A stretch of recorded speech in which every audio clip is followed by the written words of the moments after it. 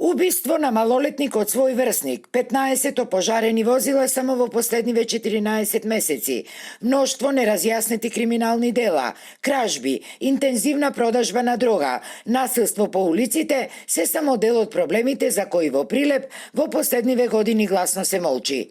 Континуираното криминално функционирање на државата воопшто е причината за овој хаос, смета актуелниот министер за внатрешни работи Панче Тошковски и додава дека за среќа, во последниве 3 месеци работите веќе почнале да се менуваат. Граѓаните ќе видат со своји очи дека одговорноста ќе има име и презиме. Чуда преку ден нема да се случат.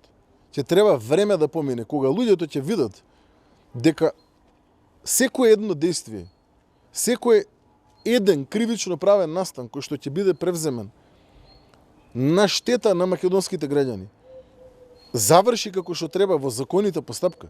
Два пати ќе остави прстот на чело и ќе размисли дали ќе направи туку така лесно нешто или нема да го направи.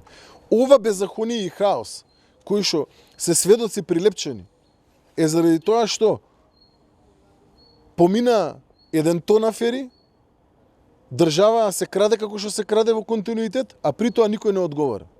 Нацарувањето на криминалот забрзо ќе му биде ставен крај, вели Тошковски и уверува дека се преземаат сите мерки за одговорните да бидат изведени пред лицето на правдата, а за што веќе имало и евидентни резултати. Бројот на пријавени кривични дела во периодот од 1.1.24 до 1.4.24 е во намалување. Во месец јануари имаме 117, месец февруари 111, месец март 109. Имаме зголемен број на поднесени кривични пријави јануари 29, февруари 39, март 67. Имаме намален број на пријавени кривични дела со непознат сторител. Имаме зголемена ефикасност на расветлување јануари 5%, февруари 12%, март 25%.